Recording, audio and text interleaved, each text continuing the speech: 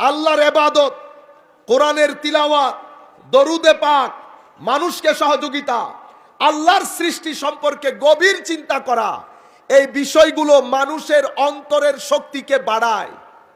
200 থেকে 250, 250 থেকে 300, যেতে যেতে 500 পর্যন্ত যায়।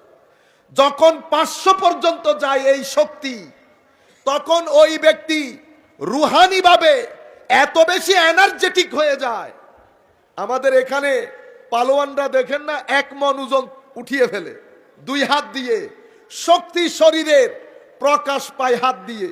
অনুরূপভাবে রুহানি শক্তি কলব বাতেনের প্রকাশ পায় দৃষ্টি দিয়ে। কি দিয়ে? দৃষ্টি দিয়ে। আল্লাহর ওয়ালিরা তখন আর জবানে কথা বলতে হয় না। কেন? কারণ মনের ভিতরে রুহানি ভাবে যেই শক্তি ধারণ করে, সেই শক্তি উনি যেদিকে চোখ দেন, সেই সিনার ভিতরে শক্তি ট্রান্সফার হয়ে যায়, কনভে হয়ে যায়। উনি কোনো কথা বলতে হয় না।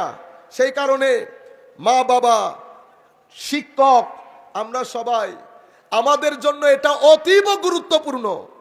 আপনি যদি রাত দিন বলেন ঠিক হয়ে যাও, ঠিক হয়ে যাও, ঠিক হয়ে যাও, এটা আপনার মুখের কথা, কেউ ঠিক হবে না আপনার কথা দিয়ে।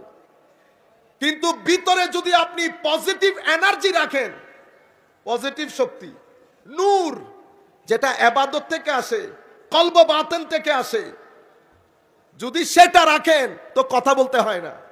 আপনি যার সাথেই বসবেন অটোমেটিক্যালি আপনার আতরের খুশবু যেমন তার নাকে লাগবে, অনুরূপভাবে আপনার রুহানি শক্তি তার সিনা ভেদ করবে, তার সিনা ভেদ করবে। যেখানেই আপনি যাবেন কথা বলতে হবে না। হায় হায় হায়, কথা বলতে হয় না। যেখানেই যাবেন মরা দিল জিন্দা হবে, মরা গাছের মধ্যে জিন্দেগি আসবে। কেন? এই নূর একটা আজিম নূর। এটা কিভাবে আসে? বৃষ্টির পানি ভালো জায়গার মধ্যেও পড়ে, নালা নর্দমার মধ্যেও পড়ে। হেদায়েতের পানিও আমাদের কলব বাতেনের মধ্যে পতিত হয়। কিছু কলব আছে মুর্দা, কিছু কলব অসুস্থ, কিছু কলব জিন্দা এবং সুস্থ।